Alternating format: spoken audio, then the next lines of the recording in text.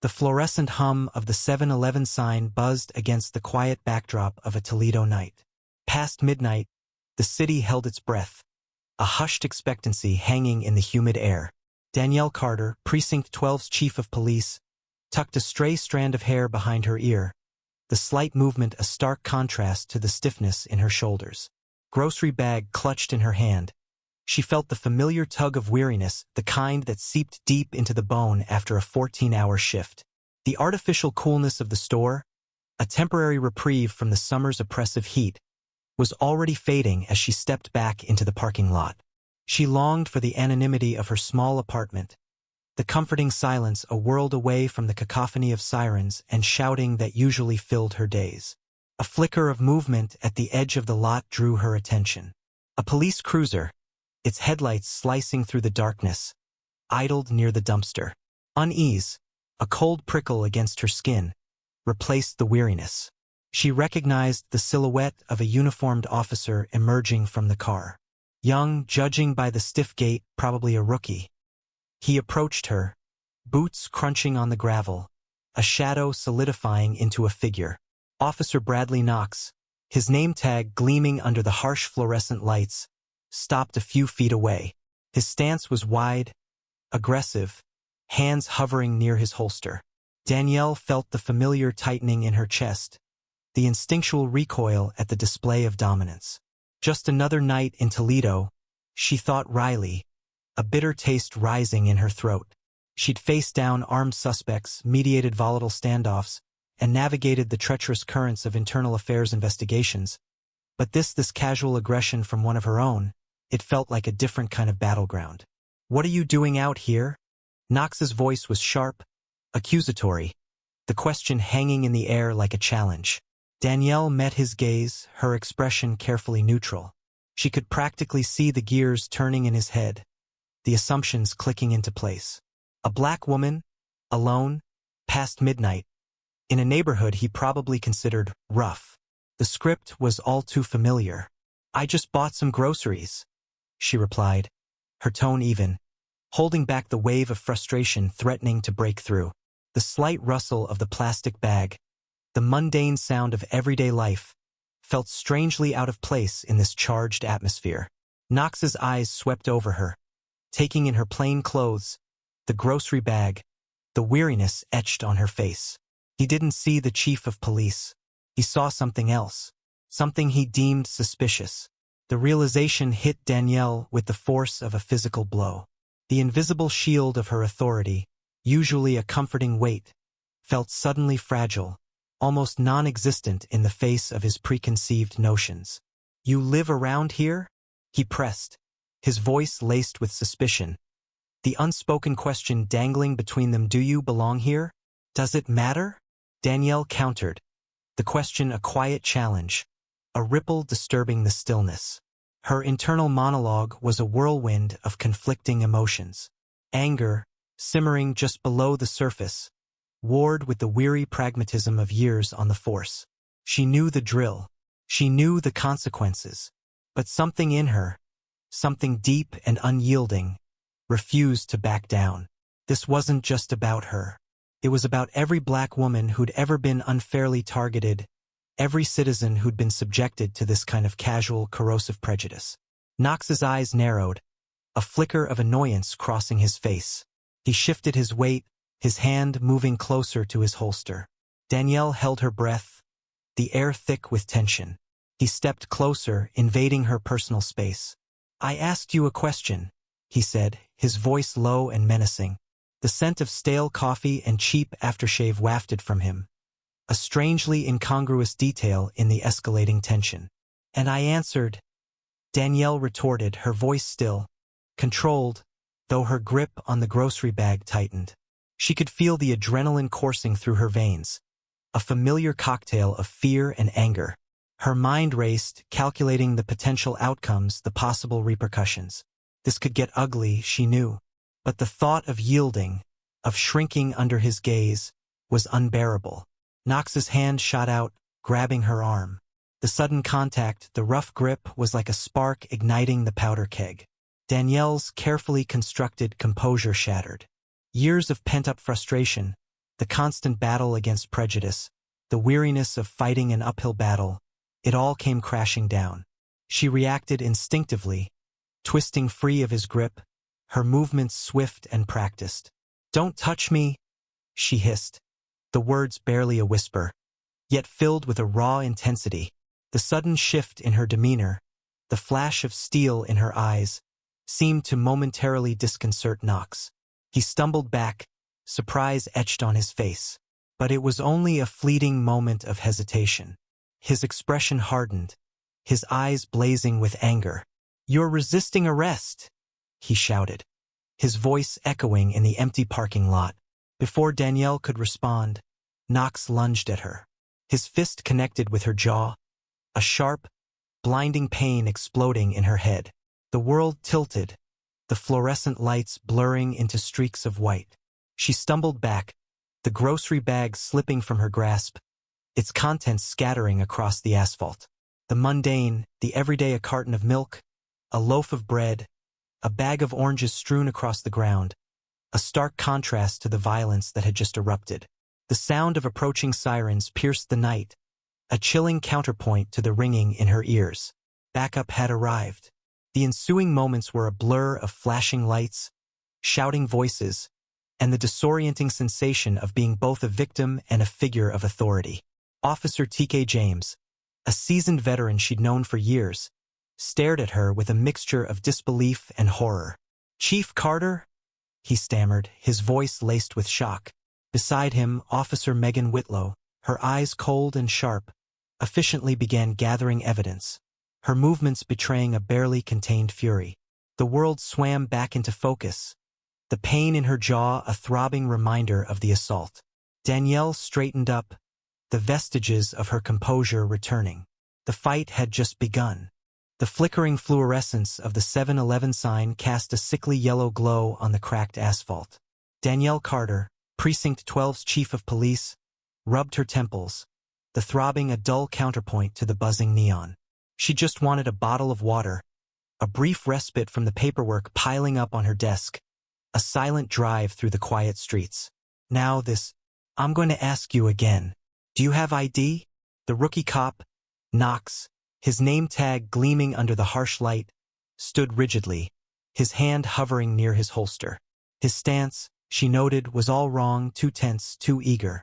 He looked like he'd swallowed a coiled spring. Danielle drew a slow breath, the night air thick with the cloying sweetness of spilled soda and gasoline fumes. Fatigue gnawed at her, a familiar ache in her bones. "Just show him your ID, Danielle. Get this over with." But a sliver of defiance, sharp and cold, pricked at her. This wasn't right. She hadn't done anything wrong. "I don't consent to any searches," she replied, her voice calm, measured. Internally, she was cataloging details. Knox's badge number, the way his eyes darted around, the subtle tremor in his hand. She was a cop even off duty. It was ingrained, an automatic response to assess, to observe. Knox's jaw tightened. He shifted his weight, his hand inching closer to his holster. "He's scared," Danielle realized, a flicker of understanding or perhaps pity momentarily eclipsing her annoyance. Scared and trying to prove something. But fear, she knew, was a dangerous fuel, especially in the hands of someone with a badge and a gun. "Stop resisting," he barked, the coiled spring snapping. "I'm not resisting. You're assaulting me." The words were out before she could fully process the shift in the situation. 1 minute she was standing by her car. The next, Knox's hand was on her arm, his grip surprisingly strong. A wave of anger, hot and visceral, washed over her. Not fear, but anger. The exhaustion evaporated, replaced by a surge of adrenaline. Years of suppressed frustrations, of navigating the labyrinthine politics of the force, of constantly having to prove herself, coalesced into a single burning point. She wrenched her arm away, the movement sharper than she intended. Knox stumbled back, surprise flickering across his face. He hadn't expected resistance, hadn't expected her to fight back. "Get on the ground," he yelled, his voice cracking. His hand finally landed on his holster, the snap of the leather echoing in the stillness. Danielle's mind raced. She could see the headlines now. Black Chief of Police arrested in 7-Eleven parking lot. The irony was bitter, a taste of ash in her mouth. She closed her eyes for a fleeting moment, a silent plea for patience, for wisdom. Suddenly, headlights cut through the darkness, illuminating the scene in a stark, unforgiving light. 2 police cruisers screeched to a halt, their sirens still silent. Back up. Knox froze, his hands still hovering over his drawn gun. 2 officers emerged, their movements cautious, their eyes scanning the scene. One, a young woman with sharp, assessing eyes, immediately began recording on her body cam. The other, Officer T.K. James, a seasoned veteran, stared at the tableau before him, his face etched with disbelief. Chief Carter. James' voice was barely a whisper, laced with shock. The words hung in the air, heavy with the weight of the suddenly shifted power dynamic. Knox's hand dropped away from his gun, as if it had suddenly become molten. His face paled, the bravado draining away, leaving only a stark, naked fear. He stared at Danielle, his eyes wide, uncomprehending. "Officer Knox," Danielle said, her voice steady despite the tremor running through her. "You are suspended, effective immediately. Officer Whitlow, please secure Officer Knox's weapon. Officer James, I need you to document this incident thoroughly." The world seemed to tilt on its axis. The fluorescent lights of the 7-Eleven buzzed, a persistent, irritating drone. Danielle felt a strange detachment, as if watching the scene unfold from a distance. She registered the cold fury in Officer Whitlow's eyes as she approached Knox, the stunned silence of James as he fumbled for his notepad. The following days were a blur of medical examinations, internal investigations, and carefully worded press releases. Shannon, the nurse at the hospital, recognized the pattern of the bruising on Danielle's arm, a grim reminder of similar assaults she'd seen before. "It's always the same," she murmured, her voice heavy with weariness. "They think they can get away with it." Deputy Chief Parks, her mentor and confidant, stood by her, a silent pillar of support. He understood the unspoken pressures, the subtle prejudices she faced every day. "This isn't just about you, Danielle," he said, his voice low, urgent. "This is about every officer of color who has ever been underestimated, every citizen who has ever been unjustly targeted." At the press conference, Danielle stood before a sea of cameras, her face composed, her voice resolute. "This incident," she began, her words echoing in the packed room, "is not an isolated event. It is a symptom of a deeper problem, a systemic issue that we must address head-on. We need accountability. We need transparency. We need change." Felicia Monroe, a prominent community leader, spoke next, her voice ringing with passion. "We stand with Chief Carter," she declared, her words resonating with the collective frustration and anger of the community. "We demand justice, not just for her, but for all victims of police brutality. We will not be silent." Danielle watched the crowd, their faces a mixture of anger, hope, and determination. The fight had just begun. She knew the road ahead would be long and arduous. But she also knew, with a certainty that settled deep in her bones, that she would not back down. This was not just about her. This was about justice. This was about change. The harsh fluorescent lights of the 7-Eleven buzzed overhead, casting an eerie glow on the scene. Danielle's cheek throbbed, a dull, persistent ache mirroring the deeper, more visceral pain blooming in her chest. She tasted blood, the metallic tang clinging to the inside of her lip. Knox stood frozen, his earlier swagger replaced by a stunned silence. The air crackled with unspoken tension, the aftermath of violence hanging heavy and thick. "He hit me," the thought echoed in her mind, disbelieving, surreal. A chief of police, assaulted in a convenience store parking lot. The irony was a bitter pill to swallow. Sirens wailed in the distance, growing louder with each passing second. The blue and red strobe lights sliced through the night, painting the asphalt in fleeting hues of emergency. 2 patrol cars screeched to a halt, their doors flung open almost before the vehicles came to a complete stop. Officer T.K. James, a veteran of the force, emerged from the first car, his eyes scanning the scene, instantly registering the tension radiating from the small group. Officer Megan Whitlow, her expression sharp and observant, followed close behind. "Yo, what the hell happened here?" Tarek's voice, rough around the edges, cut through the silence. His eyes flicked between Knox, whose face had paled beneath the fluorescent lights, and Danielle, who stood with a rigid, controlled posture, her hand pressed to her throbbing cheek. He knew something was wrong, deeply wrong.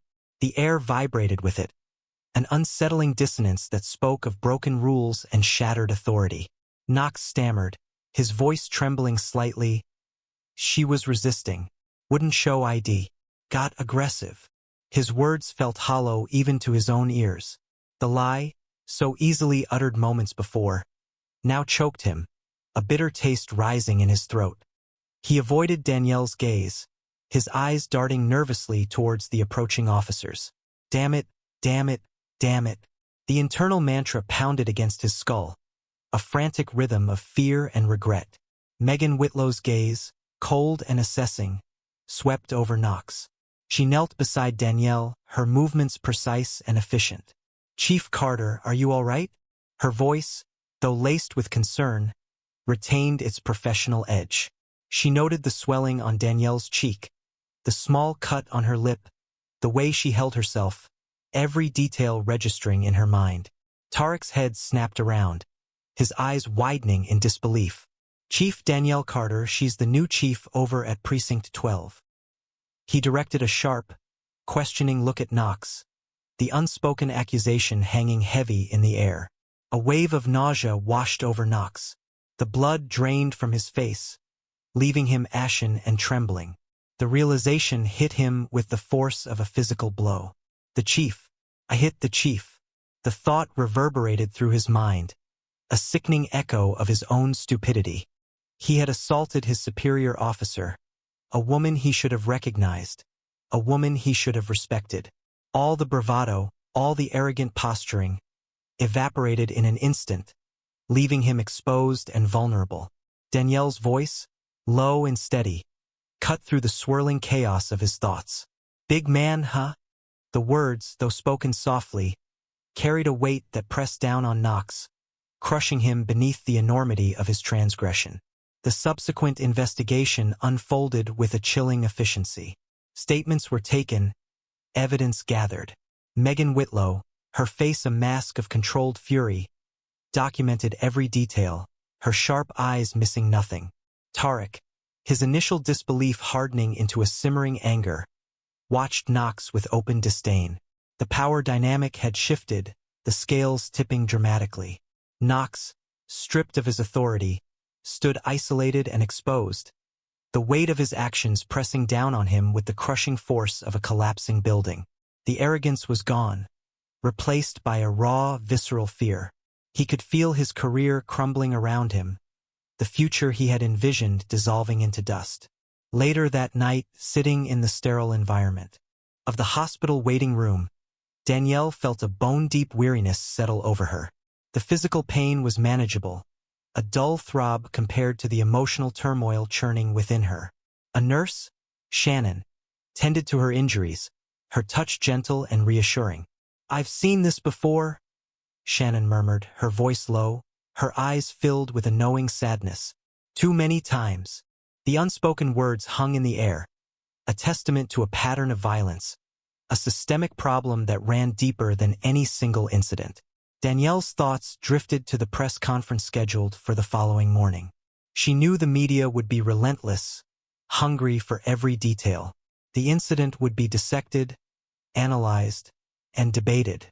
Her every word, every expression would be scrutinized. She felt the weight of responsibility pressing down on her, the burden of representing not just herself, but every person who had ever been subjected to such injustice. The following day, the press conference room buzzed with the low hum of anticipation. Cameras flashed, microphones jostled for position, and reporters scribbled furiously in their notebooks. Danielle stood at the podium, her posture straight, her gaze steady. She spoke of accountability, of the need for change, her voice resonating with a quiet strength that belied the turmoil within. The assault, she declared, was not just an isolated incident, but a symptom of a larger disease, a systemic racism that permeated the very fabric of the police department. Later, at a community meeting, Felicia Monroe, a local activist and community leader, echoed Danielle's sentiments. Her voice, powerful and resonant, filled the room, expressing the community's outrage and their unwavering demand for justice. "We will not be silenced," she declared, her words ringing with a fierce determination. "We will not stand idly by while our community is subjected to this kind of violence." The room erupted in applause, a collective roar of support that echoed the growing demand for change. Danielle, watching from the back of the room, felt a flicker of hope ignite within her. The fight would be long and arduous, but she knew she was not alone. The community stood with her, united in their demand for a better future, a future where justice and equality prevailed. The antiseptic tang of the hospital air hung heavy, a stark contrast to the coppery scent that still clung to her. Danielle Carter, chief of Precinct 12, sat on the edge of a sterile cot, the crisp white sheet a stark canvas against her dark skin. Each breath, shallow and measured, sent a throbbing pulse through her jaw, a constant reminder of the impact. Her fingers, curled loosely in her lap, traced the phantom ache radiating from where Knox's fist had connected. A rookie, she thought, the word tasting like ash in her mouth. A rookie who didn't know my face. The absurdity mingled with the raw humiliation, the sting of betrayal radiating outward like the cracks in a shattered windshield. She wasn't sure what hurt more, the physical pain or the knowledge that this could happen, had happened, to anyone who looked like her. A gentle hand rested on her shoulder. Danielle. The voice, low and laced with concern, belonged to Deputy Chief Lionel Parks. He pulled up a chair, the squeak of the wheels a grating sound against the quiet hum of the ER. Danielle looked at him, his familiar face a beacon of calm amidst the swirling chaos. Lionel. A flicker of warmth in the desolate landscape of her emotions. He was more than a colleague, more than a mentor. He was family, the kind you chose. I just saw the footage. His voice trailed off, his usual composure momentarily fractured. Jesus, D. He shook his head, his eyes dark with a mixture of anger and disbelief. The footage. Danielle knew what he'd seen, the grainy black and white images capturing the brutal reality of the assault. The way Knox had approached her, his stance radiating aggression, his words dripping with suspicion. Her own attempts to de-escalate met with escalating force. The sickening thud of his fist against her face. She closed her eyes, the memory a physical blow. It's always there, she thought, lurking beneath the surface. The fear, the vulnerability, the knowledge that her badge, her title, couldn't shield her from the prejudice ingrained in the very fabric of the system she'd sworn to uphold. They've suspended him, Park said, his voice tight. Pending investigation. Danielle opened her eyes, a bitter laugh escaping her lips. Suspension. The word felt hollow, inadequate, a band-aid on a gaping wound. I don't want the dance, Lionel. I want change. He met her gaze, the unspoken understanding passing between them thick as blood. He'd seen it too many times. The carefully orchestrated performance of accountability, the hollow promises of reform, the system protecting its own. I know, he murmured, reaching out to take her hand. His grip was firm, reassuring. But this is different. Different how? Danielle asked, her voice raw. You're not just a victim, Danielle. You're the chief. His words hung in the air, charged with a significance that went beyond the immediate situation. They were a stark reminder of her position, of the power she held, and of the responsibility that came with it. He leaned closer, his voice dropping to a conspiratorial whisper. This changes everything. A nurse bustled over, her starched uniform rustling. Chief Carter? She asked, her voice brisk and professional. I'm Shannon. Let's get you cleaned up. She examined Danielle's face, her touch gentle but firm. You've got a nasty split lip and some bruising. We need to get some x-rays to rule out a fracture. As Shannon worked, cleaning the wound with antiseptic, Danielle felt a strange detachment, as if she were observing the scene from outside her own body. Another black body bruised and battered, she thought, the words echoing in the silent chambers of her mind. She glanced at Shannon, a fleeting recognition flickering in the nurse's eyes. A shared understanding, a silent acknowledgement of the unspoken truth. She'd seen it before, too many times. The x-rays came back negative. A small mercy. As Shannon applied a butterfly bandage to her lip, Danielle felt the weight of Parks' words settle upon her. This changes everything. He was right. This wasn't just about her. This was about every black and brown body that had ever been subjected to the unchecked aggression of a system designed to protect and serve, but too often served to oppress. Back in the sterile quiet of the examination room, Parks laid out the facts. Knox's statement a flimsy narrative of a suspicious individual resisting arrest. The witness accounts conflicting and unreliable. The body cam footage damning evidence of Knox's aggression and Danielle's attempts to de-escalate. It's clear-cut, Parks said, his voice grim. He's going down. But Danielle knew that taking down one rookie cop wouldn't fix the problem. It wouldn't dismantle the deeply ingrained biases that allowed such incidents to occur. It's not enough, she said, her voice laced with a weary determination. This isn't about Knox. It's about the system that created him. Parks nodded, his eyes filled with a mixture of admiration and concern. I know, and that's what we're going to change.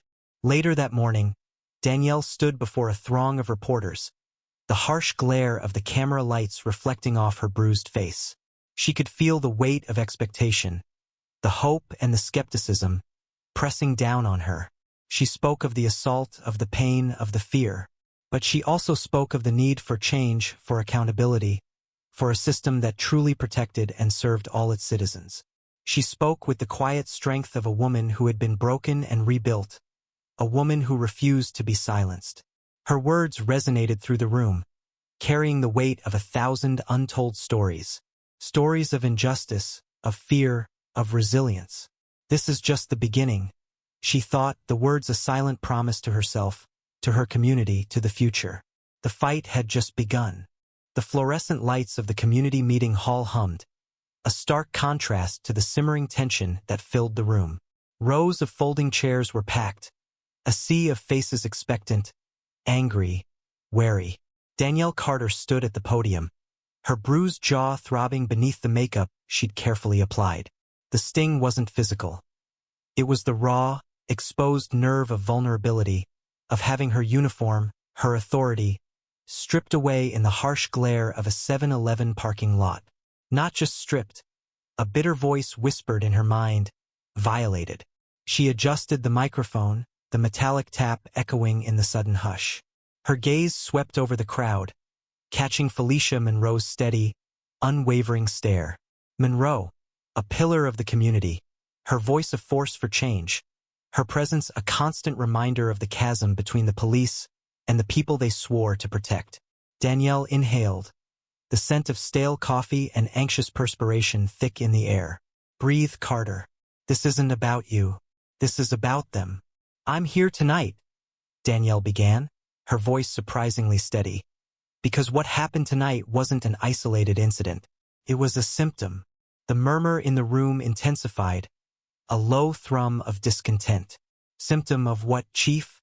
She could almost hear them thinking. Symptom of the rot that's eaten away at the trust, at the very foundation of what we're supposed to stand for. She swallowed, the metallic tang of blood still lingering in her mouth. Officer Knox's actions were inexcusable. They were a betrayal of the badge, a betrayal of the public trust. Her words hung in the air, heavy with the weight of unspoken accusations. A man in the front row, his face etched with frustration, called out, "Betrayal? That's a damn understatement." It was an assault. A wave of agreement rippled through the crowd. Danielle nodded, acknowledging the raw emotion. He's right. It was an assault. The memory of Knox's sneering face, the impact of his fist, flashed before her eyes. She fought down the surge of anger, the urge to justify, to explain. This wasn't about her personal pain. This was about systemic change. "You're right," she admitted, her voice low but firm. "It was an assault, and it will be dealt with accordingly. Officer Knox has been suspended pending a full investigation." Felicia Monroe stood, her presence commanding attention. The room quieted, every eye on her. "Suspended?" she repeated, her voice laced with skepticism. "That's it? Another paid vacation for another cop who abuses his power." The bitterness in her tone resonated with the audience. Murmurs of agreement turned into a chorus of frustrated voices. Danielle felt a wave of exhaustion wash over her. She understood their skepticism, their anger. She shared it. "No," she stated firmly, meeting Monroe's gaze. "That's not it. This isn't about sweeping another incident under the rug. This is about addressing the root of the problem." "And what, Chief Carter?" Monroe pressed, her voice sharp, unwavering. "Is the root of the problem?" The question hung in the air, heavy with the weight of years of injustice, years of broken promises. Danielle took a deep breath, steeling herself. This was the moment to lay her cards on the table, to commit to a path that wouldn't be easy, that would likely be fraught with resistance. "But if not now, when? If not me, who?" "The root of the problem," she said, her voice ringing with conviction, "is a system that allows this kind of behavior to flourish, a system that prioritizes power over accountability, that values blind obedience over critical thinking, that breeds prejudice and fear." A hush fell over the room, a palpable shift in the atmosphere. Hope mingled with skepticism, a fragile seedling pushing through the hardened earth of distrust. Monroe's gaze remained fixed on Danielle. "What's going to change, Chief?" she asked, the question echoing the unspoken plea of the community. Danielle met her gaze unflinchingly. "I can promise you two things," she said, her voice unwavering. "Transparency and consequences. This incident will be thoroughly investigated, and the findings will be made public. Officer Knox will face the full extent of the law, and if found guilty, he will be prosecuted to the fullest extent possible." She paused, letting her words sink in. "Furthermore," she continued, her voice rising with conviction, "this department will undergo a full audit. We will review our training procedures, our use of force policies, our disciplinary protocols. We will examine every aspect of our operations to identify and eliminate the systemic biases that perpetuate this kind of behavior." The silence that followed was different this time. It wasn't the silence of simmering anger, but the silence of anticipation, of cautious hope. Danielle felt a tremor of fear, a flicker of doubt. Can I deliver on these promises? She wondered. Can I truly change a system that's been entrenched for generations? But then she looked out at the faces in the crowd, the faces of the people she had sworn to protect, the faces that reflected her own community, and the fear gave way to resolve. I have to, she thought, a quiet strength solidifying within her. For them. For myself. For the future of this city. The weight of the task settled on her shoulders, heavy but not unbearable. It was a weight she was willing to carry. It was a weight she had to carry. Sunlight, thin and hesitant, filtered through the blinds, casting stripes across Danielle Carter's face.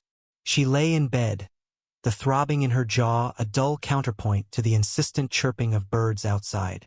Last night's events played on a loop in her mind, the grainy security footage of the 7-Eleven parking lot, the flash of Knox's fist, the cold shock of the asphalt against her cheek.